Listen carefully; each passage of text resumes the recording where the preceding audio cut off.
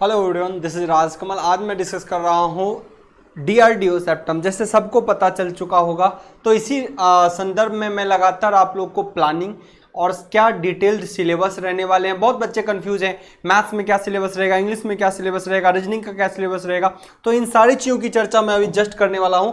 जैसे कि आपको पता है, यहाँ पे दिखा रहा है आपको एग्जाम के पैटर्न, फुल सिलेबस, हर एक चीज़ों की चर्चा मैं करने वाला हूं 2020। यानी आप कह सकते हो कि ये एक वरदान साबित हो गया आपके एसएससी जेई के साथ साथ डीआरडीओ और अपकमिंग जो पाइपलाइन है वो आपके आरआरबी जेई। सो इन सारी चीजों की चर्चा मैं अभी फटाफट कर देने वाला हूं, ज्यादा समय बिल्कुल नहीं लेने वाला हूं। आपको पता है कि बहुत कम टाइम में बहुत बेहतर एनालिसिस मैं आप लोगों के लिए प्रेजेंट करता हूं हमेशा।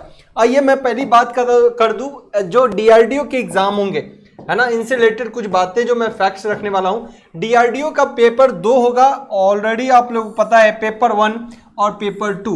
अगर पेपर 1 की चर्चा करूं तो फुल्ली नॉन टेक्निकल, यानी नॉन टेक्निकल कहें तो किससे रिलेट करता है यहां पे सर, हमारे आरआरबी जेई से रिलेट करता है। जो कि इंग्लिश तो आरआरबी नहीं पूछता, पर यहां पे आपको इंग्लिश भी पूछ रहा है। किस किस मार्क्स के, चूंकि इससे पहले जो थे वो 150 मार्क्स को हुआ करता था। अगर आप लोगों को पता होगा, जो डीओ का जो पेपर है ना, ये पहले कितने मार्क्स का हुआ करता था सर, 150 मार्क्स का। इस बार से इसने कितने मार्क्स का कर दिया, 120 मार्क्स का। तो कैसे हम इसको अटेंड करें, कैसे इसकी प्लानिंग रखी जाए अच्छे तरीके से, इन सब की चर्चा मैं यहाँ पे करने वाला हूं जी।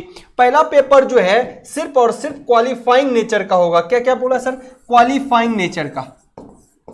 ओके, फाइंग नेचर मतलब सिर्फ आप क्वालिफाई कर जाओ, है ना। कैटेगरी वाइज इसको रखा है 40%, 30% जैसे रहता है आरआरबी में भी, है ना। तो यहां पे रखा है कि क्वालिफाइंग नेचर, मतलब इसके लिए सर क्या क्या पढ़ना होगा, ऐसे सिलेबस के लिए क्या क्या पढ़ना होगा जी। आपको मैथ्स पढ़ने होंगे, रीजनिंग पढ़ने होंगे, जनरल अवेयरनेस पढ़ने होंगे, जनरल साइंस पढ़ना होगा और इंग्लिश भी पढ़ना पड़ेगा। सर इसके अंदर सिलेबस क्या होगा, तो ध्यान रखना क्वालिफाइंग नेचर का है। इसमें 1.5 घंटे यानी 90 मिनट का ये पेपर होगा। पेपर 1 90 मिनट का होगा, ध्यान रखिएगा। 120 क्वेश्चन दिए जाएंगे, यानी पर क्वेश्चन 1 मिनट से कम हो गया। यहां से सीधे पता चल रहा है, और होना भी चाहिए, क्योंकि मैथ्स के अलावा जो है जनरल स्टडीज सेक्शन को अलग बांटा है, इसको अलग बांटा है, जहां पे आप देखते हैं टिक लगाते हो। ओके, और 120 मार्क्स के ही पेपर है जी। और इसमें आपको क्वालिफाइंग करना, अगर मैं कहूं 40% मिनिमम लेके चलना है, नहीं तो 50% मिनिमम लीजिए जी। 40% तो वो दिया है, पर 50% में मैं लेता हूं तो मिनिमम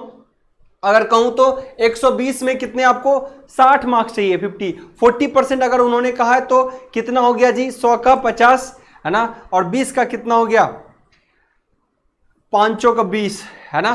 तो लगभग आप ये लगा लो कि आपको 50% से 40% की बात करें तो 40, और उधर 20 में कितना हो जाएगा जी, भागा दीजिए 5 से, 8 पंजे 40, ठीक है ना।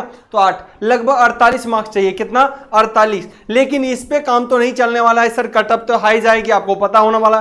तो कटअप हाई जाएगा, तो ऐसे कंडीशन में इनको आपको अच्छे से फॉलो करना पड़ेगा। अब इसकी तैयारी सर अलग से कुछ भी नहीं करना। अगर ऑलरेडी आप सिलेबस में इनरोल हैं तो आपको कहीं भी कुछ से नहीं खरीदना, बस मैथ्स और इंग्लिश के लिए आपको अच्छे से फोकस्ड होना है। आइए मैं बताऊं, बहुत बच्चे ये कंफ्यूजन होते हैं, पेपर मैथ्स का क्या सिलेबस है, तो मैं पूरा डिटेल्ड सिलेबस यहां डिस्कस करने वाला हूं। मैथ्स का क्या है, इंग्लिश का क्या है, रीजनिंग का क्या है, इन सारी चीजों की चर्चा करूंगा। लेकिन सबसे पहले सर ये तो रहा, अब इसकी डिस्कशन तो मैं कर लूंगा, इसमें टॉपिक कौन कौन आते हैं। तो पेपर 1 में सर अपने को क्या करना है, क्वालिफाई करना है। 120 नंबर के अंदर हमारी टारगेट होगा कि कम से कम 120 में 100 प्लस लाया जाए, जिससे कि काफी बेहतर स्कोर होगा। हालांकि क्वालिफाइंग नेचर, इसमें कोई शक नहीं है, हम 90-95 भी लाए तो बहुत अच्छा स्कोर हो सकता है ना। 1:8 के रेशियो में क्वालिफाई कर रहा है यहाँ पे। लेकिन सर कंपटीशन जो हालात हैं उसको देखते हुए आपको एक अच्छा स्कोर करना ही पड़ेगा। और ये तो तैयार किए हुए हैं सभी बच्चे, तो ऑलरेडी इस पे तैयार करके रखे हैं। इंग्लिश के लिए एडिशनल दिमाग लगाने की जरूरत है, मैथ्स तो वो भी नहीं, क्योंकि इंग्लिश बिल्कुल छोड़ रखा है। सब बच्चे एक तरफ से इंग्लिश बिल्कुल छोड़ रखता है। तो इंग्लिश का तो बेसिक नॉलेज है सर, बेसिक कॉन्सेप्ट है, क्या क्या इसके ग्रामेटिकली पूछे जाएंगे, अभी सब टॉपिक में डिस्कस कर देता हूं एक बार। ओके, तो आपको सर ये कितने मार्क्स का होगा। अब बच्चे के ये भी कंफ्यूजन होते हैं, सर मैथ्स कितने मार्क्स का होगा, रीजनिंग कितने मार्क्स का होगा जी। पहले अगर 150 पेपर 150 मार्क्स का होता था और यही 5 सेगमेंट थे, तो कितने के पड़े पर question on an average 30 marks का आता था। हर question previous strategy, previous planning के अकॉर्डिंग 30 मार्क्स का होता था। लेकिन अब की तो बच्चे सर कितने, 120। और लगभग हम यही मानते हैं कि पेपर जो है 5 ही सेक्शन में बटेंगे। पेपर कितने सेगमेंट में बचेंगे सर, 5 ही सेगमेंट में बचेंगे। अगर मैं इसको करूं तो सर लगभग कितना हो जाएगा जी, 24 क्वेश्चन बनेंगे। लगभग 24 क्वेश्चन तो आप कह सकते हो। मैथ से कितने क्वेश्चन बनेंगे, 24। रीजनिंग से कितने बनेंगे, 24। जनरल अवेयरनेस जिसमें हिस्ट्री, सिविक, ज्योग्राफी, पॉलिटी पूरा आ जाएगा आपका, उसमें आएगा 24। General science, physics, chemistry, maths, physics, chemistry, bio, okay, यहां से 24। और इंग्लिश से भी 24 क्वेश्चंस ही आपको देखने को मिलेगा। और टोटल यही पैटर्न रहने वाला है ना, यही पैटर्न रहने वाला है। क्योंकि लास्ट टाइम में 150 में 5 भागों में बटा हुआ था, तो इस बार भी हम उम्मीद करते हैं कि 120 नंबर में 5 भागों में बट के एक 24 क्वेश्चन इस सेगमेंट से आएगा। ओके, टेक्निकल की जहां तक बात रही, पेपर 1 के बाद फुल्ली टेक्निकल पूछेगा जी, बहुत बढ़िया। 100 मार्क्स का पूछेगा, 100 क्वेश्चन होंगे और 1.5 घंटे यानी 90 मिनट का ही यहां पर भी आपको टाइम मिल रहा है। 90 मिनट का ही यहां पर भी टाइम मिलेगा। तो ये तो आराम से किया सकता। पहले पेपर में कंपटीशन है, यहां से भी कंपटीशन से निकल जाएंगे जी। क्वालिफाइंग नेचर है, तो ये नहीं है कि सर 120 लाए तभी हमारा सिलेक्शन हो पाएगा जी, नहीं। स्क्रीनिंग है, मतलब आप इसको सिर्फ क्वालिफाई करिए, इसके मार्क्स नहीं जुड़ेंगे। ध्यान रखना, इसके मार्क्स नहीं जुड़ेंगे। ये जो स्ट्रेटजी है मैं स्पेशली अभी डिप्लोमा वाले के लिए बता रहा हूं। किसके लिए जी, डिप्लोमा वाले के लिए। आईटीआई वाले आप लोग वेट करिएगा, है ना, आप लोग वेट करिए, आप लोग के लिए अगला वीडियो आएगा। ओके, क्योंकि एक समय में हम नहीं चाहते कि आप लोग सबको उसी रास्ते से गुजरना पड़ेगा। शॉर्ट, बहुत कम टाइम में बहुत बेहतर आउटकम देने की कोशिश करता हूं। सो डिप्लोमा वाले के लिए स्पेशली ये प्लानिंग है जी, है ना, तो पूरी बेहतर तरीके से इसको प्लान करेंगे। नाउ सर क्या है मैथ्स के सिलेबस, अगर इसकी बात करूं तो मैथ्स के सिलेबस सर दिए हैं नंबर सिस्टम, जो जिससे पहले भी पूछे गए हैं, है ना। LCM, HCF, simplification, squares, roots, cubic roots, power and आप कह सकते हो इंडिसेंस एंड सर्ट्स के बारे में, है ना। यहां पे नेक्स्ट बात करूं, percentage, advantage, profit loss, discount, SI, ratio, proportion, mixtures, इनसे क्वेश्चन आपको देखने को मिलता है। टाइम एंड वर्क, पाइप के बारे में, speed, distance, time, boat and streams वाले क्वेश्चन जो आप देखोगे तो आरएस अग्रवाल के क्वेश्चन एकदम ओवरग्रीन है। आरएस अग्रवाल की अगर बात करूं तो एकदम एवरग्रीन है जी। इसको हमेशा कोशिश करिएगा कि फॉलो करने का। नेक्स्ट बात करूं अगर अलजेब्रा, ट्रिगोमेट्री, ज्योमेट्री, मेंसुरेशन, है ना, काफी स्टैंडर्ड कम रहते हैं। डाटा इंटरप्रिटेशन के क्वेश्चन तो नहीं आते पर आने की उम्मीद हो तो हो जाएगा, थोड़ा बहुत कर लेना, अदरवाइज रहने देना, नहीं पूछता है, ठीक है। अगर मैं बात करूं आगे नेक्स्ट सर इंग्लिश का क्या सिलेबस रह जाएगा, सर इंग्लिश का तो वोकैब, एंटोनिम, सिनोनिम्स वगैरह सारे सिलेबस मैंने लिख रखा है। One word substitution, phrase, idioms, है ना, फ्रेजेस, स्पेलिंग करेक्शंस, ग्रामर में active, passive, voice, speech, article, tense, है ना, इन सारे चीजों को आप लोग एक बार देख लेंगे जी। इन सारे चीजों को सिलेबस ये कंप्लीट है, उन्हीं टॉपिक को मेंशन किया है जो आपके एग्जाम में देखे गए। Okay, now again sir reasoning के अंदर टॉपिक बहुत बेस्ट, इवन मैंने रीजनिंग को काफी बेहतर तरीके से आप लोग के लिए करा भी रखा है ना। आप लोग देखोगे तो कोई ऐसा टॉपिक नहीं है जो छूट जाए, यहां से कोई भी ऐसा टॉपिक नहीं होगा जो छूट जाएगा। आप आराम से इसको कर सकते हैं, ऐसा कोई भी टॉपिक नहीं है जिसको छोड़ा गया है। कंप्लीट टॉपिक दिया गया है, आप आराम से पढ़ सकते हो।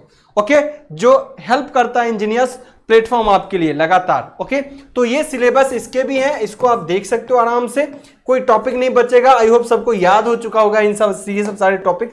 अगेन मैं साइंस की अगर बात करूं तो फिजिक्स, केमिस्ट्री और बायो, खासकर चूंकि ये सर डीआरडीओ क्या है, रिसर्च वाले काम में एरिया है, तो यहाँ पे साइंस का बहुत ज्यादा वेटेज होता है, तो फिजिक्स के क्वेश्चन आपको ज्यादा से ज्यादा देखने को मिलेगा, यहाँ पे ध्यान रखिएगा।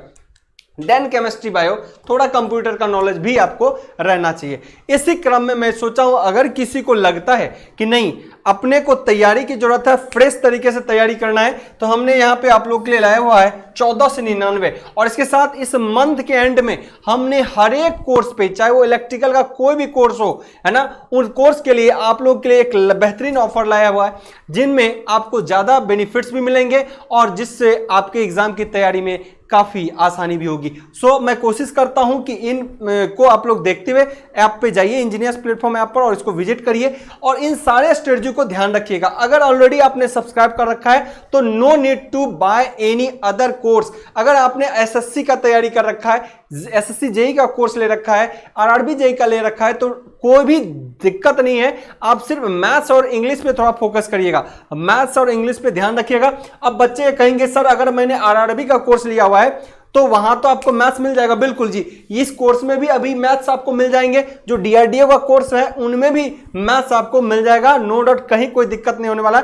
इवन मेरे जो एसएससी वाले बच्चे हैं जिनको लगता है कि सर थोड़ा सा के लिए मैथ्स रह जाएगा, मेरा भी करवा दो, तो मैं पूरी कोशिश करूंगा मेरे एसएससी वाले बच्चे के लिए भी, एसएससी के लिए बच्चों को भी आपको अवेलेबल हो जाएंगे। ओके, सो डीआरडीओ के लिए पूरी एनर्जी से आप लोग तैयार रहेंगे। मेरी पूरी कोशिश होगी कि इनमें जितने हेल्प हो सके मैं लगातार करता रहूंगा, चाहे वो टेक का सेक्शन हो या नॉन टेक, पूरे एनर्जी के साथ आपको लगना है।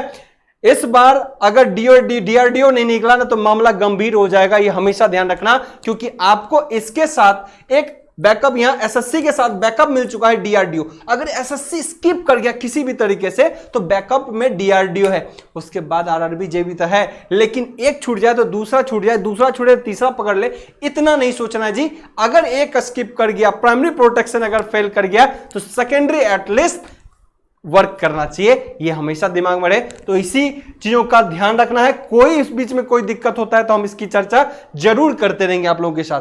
ध्यान रखिएगा, आईटीआई वाले के लिए नेक्स्ट एक और सेशन में ला रहा हूं जिसमें आपको आईटीआई के, चूंकि वीडियो का लेंथ बहुत बड़ा हो जाएगा, मैं आईटीआई वाले के लिए अलग से लाऊंगा। उसकी चूंकि सब्जेक्ट्स के प्लानिंग अलग है, 40:80 का रेशियो है, इसीलिए उसके वीडियो में नेक्स्ट में लाऊंगा। Okay, bye bye, take care, thank you.